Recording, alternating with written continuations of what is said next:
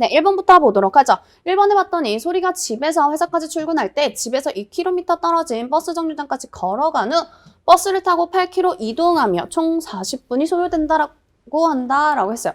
조금 기니까요. 끊어서 가볼까요?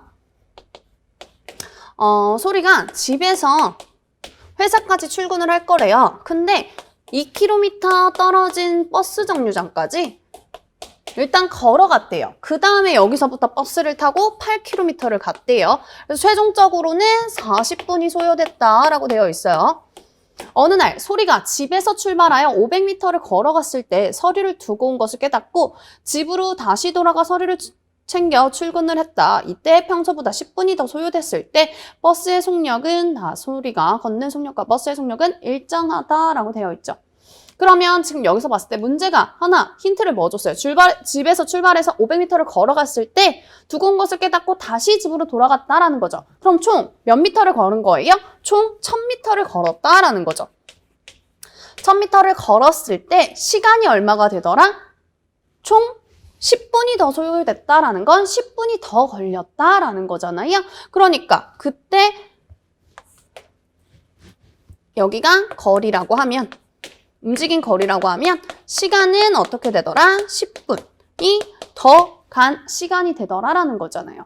그러면 지금 단위를 봤더니 여러분 단위가 어떻게 되어 있어요? 킬로미터랑 시간으로 주어져 있거든요. 그렇기 때문에 얘네도 바꿔주셔야 될 것 같아요. 1km랑 얘는 어떻게? 6분의 1 시간이다라고 고쳐주시면 되겠죠. 60%만 나눠주면 되는 거니까 나눠서 6분의 1이 되더라라는 거죠. 그럼 얘를 가지고 뭘 구하면 돼요? 거리도 알고 시간도 알아요. 우리가 알 수 있는 건 뭐예요? 속력을 알 수 있다라는 거죠.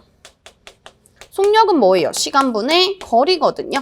그러면 시간은 6분의 1이고요. 그때 거리는 1이니까 얼마예요? 속력은 6km/h가 되더라라는 거. 그럼 6km/h다라는 건 뭐예요?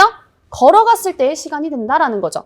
그러면 1시간 동안 6km를 간다라는 거잖아요. 근데 나는 몇 킬로미터를 걸어가는 거예요? 2km만 걸어가면 되는 거거든요. 그럼 2km는 얼마가 걸려요? 여기서 여기 나누기 3 하는 거니까 여기서도 나누기 3 하니까 3분의 1 시간이 되더라라는 거죠. 그럼 3분의 1 시간은 몇 분이 돼요? 곱하기 60 하니까 20분이 되더라라는 거.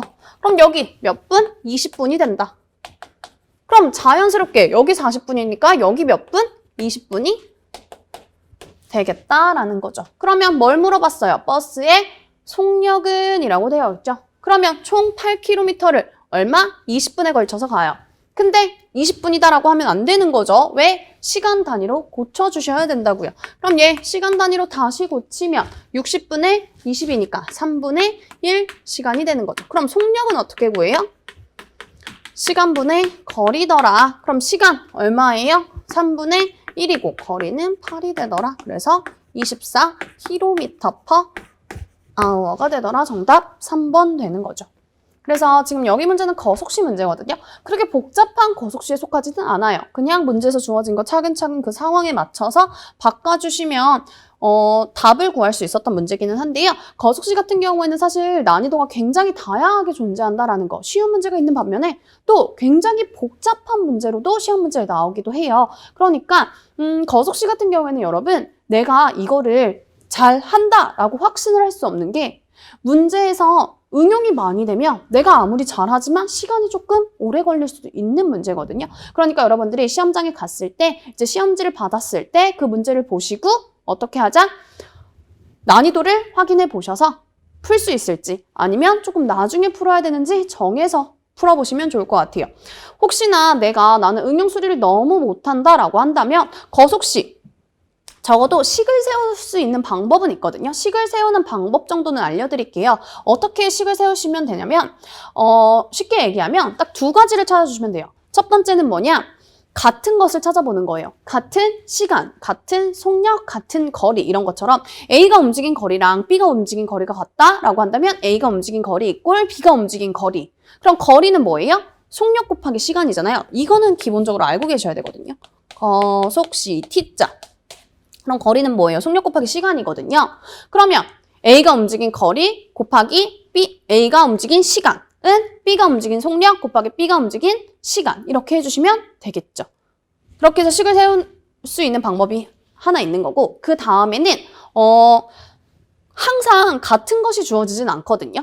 그러면 같은 것이 없다라고 한다면 총 합을 찾아보시면 돼요. 움직인 총 거리라든지 움직인 총 시간이라든지 이런 것들을 찾아서 그 값을 세워보시면 되거든요. 사실 여기도 그런 거죠. 지금 평소보다 10분이 더 소요됐다라고 되어 있어요. 그럼 총 걸린 시간이 10분이다. 그때 움직인 거리가 1000m다. 이런 식으로 해서 식을 세워서 문제를 푼 거잖아요. 그러니까 이런 식의 문제를 식을 세워서 찾아볼 때는 어떻게 찾자? 같은 것 혹은 총, 토탈의 값. 그래서 뭐 A가 움직인 거리 플러스 B가 움직인 거리가 결국엔 뭐 총 몇 시간이다. 이런 식으로 식을 세워주시면 되겠죠. 그래서 하나의 방법이 된다라는 거. 그래서 항상 거속식은 하나의 방법으로만 얘기할 수는 없지만 그래도 식을 세우는 방법은 방금 말씀드린 그 내용을 참고하시면 식은 세울 수 있겠다 싶은 거죠. 네, 2번 볼까요? 2번은 이제 경우의 수가 나와 있네요. S회사에서 기술팀 소속 직원 3명, 인사팀 소속 직원 3명, 품질팀 소속 직원 3명, 총 9명의 직원 중 4명에게 연말 포상금을 주려고 한다. 기술팀 소속 직원 중 적어도 1명이 연말 포상금을 받는 경우의 수는 이라고 되어 있네요. 그러면 지금 여기를 딱 봤더니 적어도라는 게 보여요. 적어도는 뭐가 생각나야 돼요? 여사건이 생각나야 된다라는 거죠.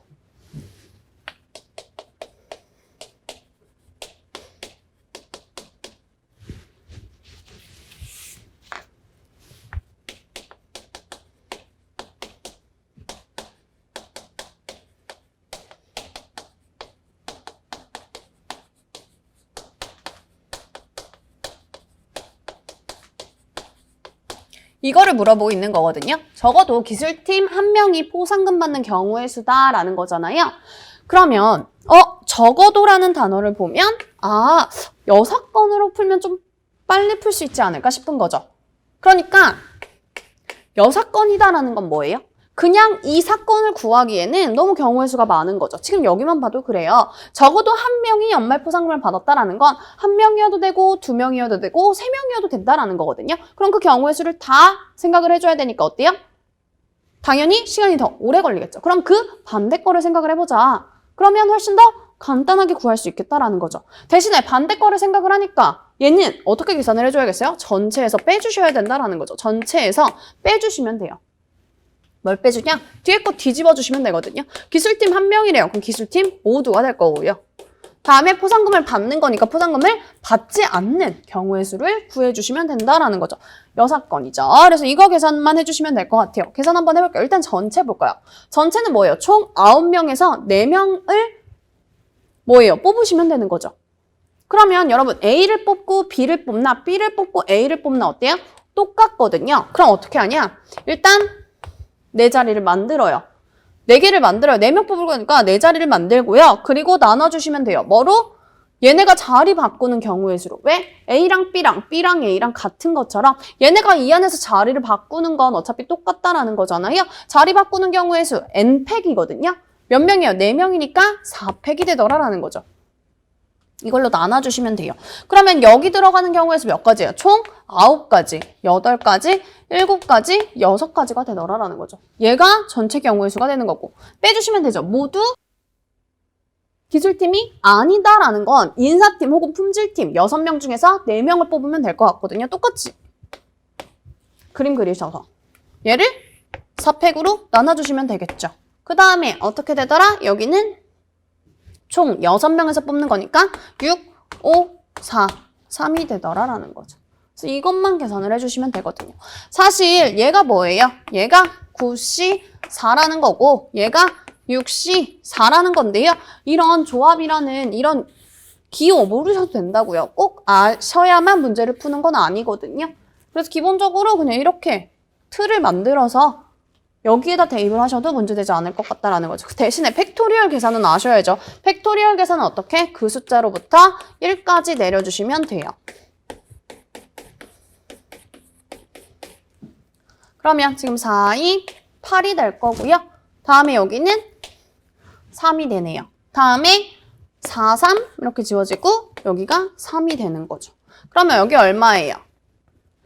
21이고요. 이렇게 곱하니까 126 빼기 15가 되더라라는 거. 그러니까 111가지 정답 4번이 되더라라는 거죠. 경우의 수는 여러분 조금 어렵기도 해요. 왜냐? 일단 이런 기본적인 이론을 아셔야 돼요. 아, 적어도 여사건은 이렇게 문제를 푸는 거지. 이런 기본적인 지식도 아셔야 되는 거고요. 그리고 이런 뽑기의 지식도 아셔야 된다라는 거죠. 그럼 지식만 알고 있으면 되냐? 그럼 걔를 문제에서 적용도 시키셔야 되는 거거든요. 그러니까 경우의 수는 조금 양이 많아요. 공부해야 되는 양이 많을 수밖에 없는 게 일단 유형이 너무 다양한데 한 가지만 공부한다라고 해서 경우의 수를 잘할 수는 없거든요. 그러니까 가성비가 조금 떨어지는 문제 중에 하나다라는 거예요. 그래서 여러분들이 내가 만약 경우의 수나 확률을 잘하고 싶다라고 한다면 문제를 많이 풀어보셔야 돼요. 다양한 유형을 접해보셔서 다양한 유형별로 다 가지고 와서 이런 문제는 이렇게 풀이를 하면 되는 거구나.